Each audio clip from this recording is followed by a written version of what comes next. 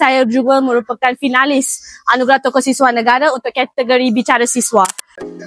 Hai, nama saya Alina Paneselvam daripada kursus pengajian Saiz Nautika dan Pengangkutan Maritim daripada Fakulti Pengajian Maritim, dan saya memenangi anugerah pelajaran diraja hari ini.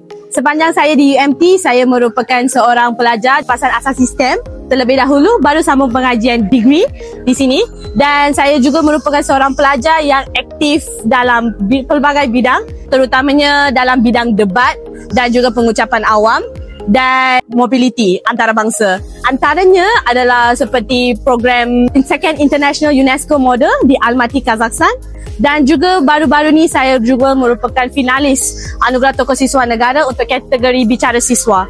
Dan bukan itu sahaja, saya juga telah melibatkan diri dalam pelbagai jenis mobility, antaranya Nautical Bootcamp, Global Connect Voyages di Thailand, dan juga Comtech Camp Highlight di Indonesia, dan juga Second International UNESCO Model di Almaty, Kazakhstan. Saya juga ingin merakamkan setinggi-tinggi penghargaan kepada pihak hal ehwal pelajar dan alumni, terutamanya Profesor Muhammad Izani bin Muhammad Zain, dan juga pensyarah-pensyarah saya di Nautical Science yang diketuai oleh mantan Ketua Program Kapten Dr. Apandi, dan saya punya mentor dan juga penyelia FYP dan sebagainya.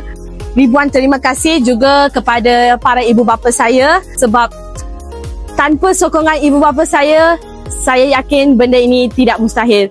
Saya ingin merakamkan setinggi-tinggi penghargaan dan juga jutaan terima kasih kepada mereka.